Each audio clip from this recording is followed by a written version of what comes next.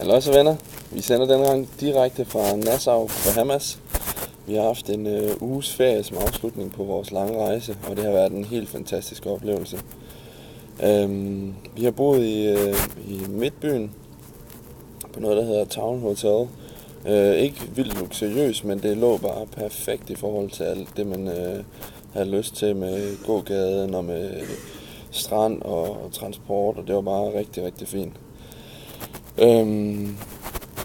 Hvis man har lyst til at have en strand for sig selv, så skal man tage lidt ud af byen, fordi der kommer hver dag nogle krydstogtskibe forbi, og de sætter altså bare en hel masse mennesker af, som alle sammen invaderer de her strande inde i midtbyen. Så hvis man har lyst til at være lidt for sig selv, så kan man tage lidt ud, men ellers det er sgu meget hyggeligt.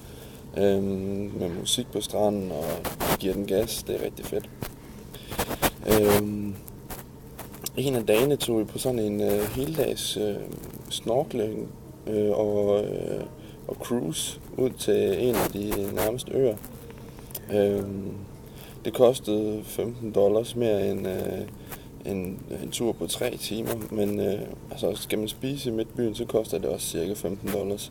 Så det er helt bestemt pengene værd, og det var en rigtig, rigtig fed oplevelse. Et lækkert sted, vi var ude at snorkle og svømme, og vi havde god tid til det hele, og fik dejligt med sol, så det kan helt bestemt anbefales at prøve sådan en tur.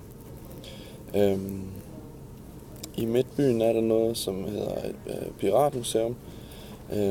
Det er et meget hyggeligt sted, men det er hurtigt overstået.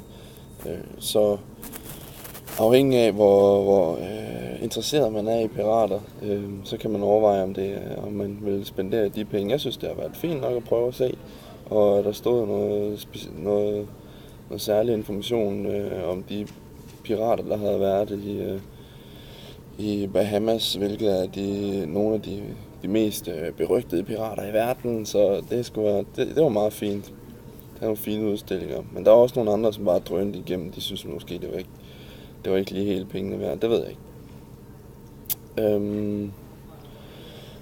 Vi mødte et kærestepar på hotellet, som vi snakkede rigtig godt med, og som vi tog ud og kørte scooter med. Det kan også varmt anbefales. Der er nogen, der skriver rundt omkring på internettet på nogle forumer, at det kan være lidt farligt med det her scooteri her, men nu har jeg jo motorcykelkørekort, så jeg har været vant til at køre på tohjulet, men man skal lige huske på, at man altså kører i venstre side her på Bahamas. Så det kan godt være lidt af en oplevelse, når man især kommer til rundkørsler og skal køre den modsatte vej, men jeg synes det kørte meget fint, og hvis man tager det stille og roligt, så er det heller ikke noget problem med trafikken. Altså folk, de kører jo som de har tid nok. Det er jo bare sol og glade dage herovre, så hvis man har lyst til at se noget andet end hovedstaden Nassau, så kan det også varmt anbefales at prøve sådan en scootertur. Men ellers så har vi sgu bare fedet den og slappet af på stranden og gået lidt rundt og shoppet og tager man hen på stråmarkedet og prøver at se, om man kan finde nogle souvenirs, så er der masser af det. Man kan meget, meget nemt prutte om prisen, og hvis der er mange af de samme ting, hvis man går sådan rundt. Så hvis man bare lige spørger, om prisen er et sted, så kan man i hvert fald nemt finde et andet sted, og så få prisen lidt ned. Hvis I kommer til Bahamas og skal have en taxa, så er prisen på nuværende tidspunkt cirka $27 for at komme ind til midtbyen. Men lige så snart man kommer ud af døren, og de står de her taxichauffører, hvis man ikke ved det, så kan man nemt komme til at betale mere. Det kom vi til den første dag, fordi vi vidste ikke, hvad sådan standardprisen var, og de kører ikke med taxameter. Men nu har jeg fået en heads up, så $27. Prøv at sige det, når I kommer hertil. Jamen, vores fly, det går lige om lidt. Folk rundt omkring har nogle forskellige meninger om, hvornår man skal komme til lufthavnen. På nettet står der flere steder, man skal komme 3 timer inden. Men vores fly, det flyver her kl. 6:30 om morgenen, og vi var her lidt over 4, og det passede også egentlig meget fint, fordi så var vi de første i køen. fordi at lufthavnen åbnede ikke før kl. 4:30. Men der kommer også hurtigt en kø, så jeg kan godt forestille mig, at hvis man kommer ind i de travle tidspunkter, så kan det tage omkring 2,5-3 timer. Så vær beredt. Det kan blive en sjov oplevelse. Man skal jo igennem det her sikkerhedstjek for at komme ind i USA, hvis man skal mellemlande der. Det skal vi. Vi skal til Miami først. Så husk også at få et ESTA-visum, halløj, hvis I skal igennem USA for at komme hjem. Ja, men det er jo nok den sidste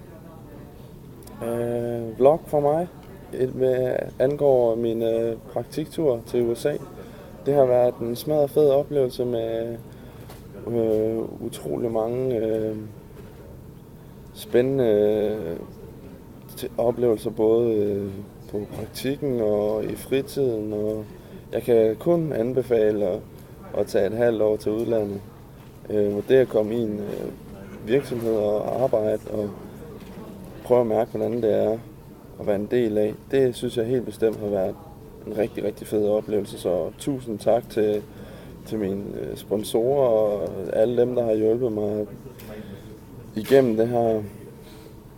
Det har jeg sgu været enormt glad for. Og jeg kan se, at der er flere folk, der begynder at abonnere.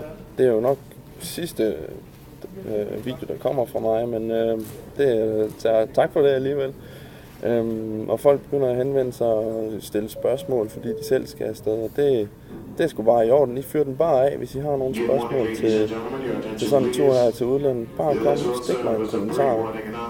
Så skal jeg prøve at se, om jeg kan svare på den så hurtigt som muligt. Men ja, til vi ses. Skal I have det godt? Hej hej.